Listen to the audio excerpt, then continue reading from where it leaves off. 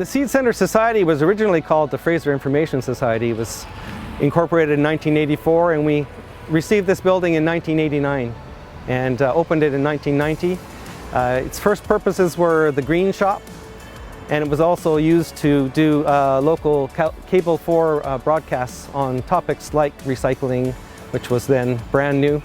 The CEED Centre Neighbourhood House is housed in a building built by the Japanese-Canadian pioneers from the 1920s or early 30s. And it was built as an ESL, or English as a Second Language, kindergarten by that community. At the time, the Japanese community was about 1/3 of Maple Ridge's and Pitt Meadows populations. And it was built as part of a complex over on what's now known as 232nd and Dewdney Trunk. And the building was moved here in 1989 to save it and to keep it as a symbol of the Japanese internment and the history of the Japanese pioneers here in Maple Ridge. This is the only building that's used anything close to its original purposes. We do use it for community education, and it was built as a kindergarten. CEED Centre Society is the name of the organization that we work with. And we run this neighborhood house, which is available for both our own programs and for other organizations that deliver programming. And our vision for the CEED Centre is really to connect people to community. That's one of our key roles. And the other is to foster an understanding of the natural world so that all living beings can thrive. And we do that through information and workshops.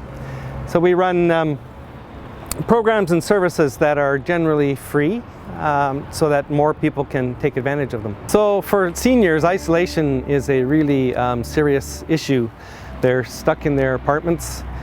And we've created a series of programs that help them get past that. One is online programming, where they can participate by Zoom.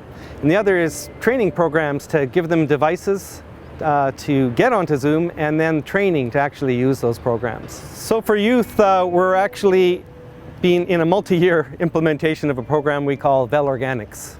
And it is using an electric cargo trike as the centerpiece to employ youth, particularly youth with anxiety, who often find it difficult to enter the workforce because of the high pressure situations. So we've designed a program to bring them more gradually into the workforce with support. And we plan to do either delivery services or in one case a free program for seniors to get them out and create a little bit of an intergenerational opportunity for both seniors and youth to mentor each other through these excursions into nature using the electric cargo trike, which is equipped with a pedicab that the seniors can sit on. Because it is difficult to enter the workplace if you suffer from anxiety and depression. Basically, we start off with very short shifts that don't overwhelm the youth, and then gradually increase the responsibility to the point where they can take advantage of it. And they have more confidence, because really all they need is the initial boost of confidence. And once they have that, their coping skills increase. So coping skills are really the key to getting anxious youth into the workplace. Our flagship program is really the Wednesday Community Discussion, which is an online forum at the moment because of COVID, but in the past has been an in-person. We basically create a space for people to come and connect with community and discuss whatever's on their mind. It's a very informal setting. A group that's now called the CEED Centre Art Club, but actually started as Warren's Free Art Workshop. And it came about because one of our volunteers came to us and said, you know, I'm not that keen on gardening and I appreciate doing odd jobs around here, but what I really miss is my art therapy class that I used to have when I lived elsewhere. And I asked Warren if he would be willing to lead the group, and he said, yeah, sure. So that started about 12 years ago. And since then, every week we've had an art session where people bring their own supplies and teach each other some new tricks and techniques, and have companionship while they're doing their art. So the computer program is basically access to the internet and basic training on web surfing and email and security while you're online. Feeding into that, we currently have a little COVID booth that we do our training for the seniors at. It's just a simple plexiglass booth that allows our team of peers, we call them. It's a senior paired with a youth, so they can teach other seniors mostly to use the internet.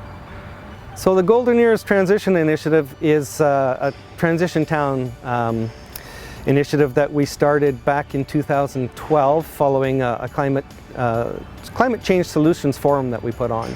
We came to it as the answer to getting the community more resilient to some of the bigger changes that we're seeing now, 10 years on in climate change. The Canada Grow Smart program is teaching people how the alternatives to pesticides used for cosmetic purposes. And we have a fairly extensive website, how to replace your lawn with food and other plants, and a lot of suggestions on how to deal with pests in a more organic fashion.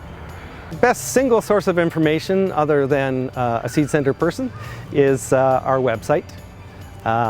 In addition, you can just give us a call and we can find out if what we offer in terms of programs and services are what you need. We couldn't do the work we do without the help of volunteers. I'm the only paid staff person, and we can use all kinds of volunteers. So the CEED Centre Society is a charitable organization since 1989, and if a person is willing to support our free programs, we would love to receive any donations, either single time or monthly or even legacy programs.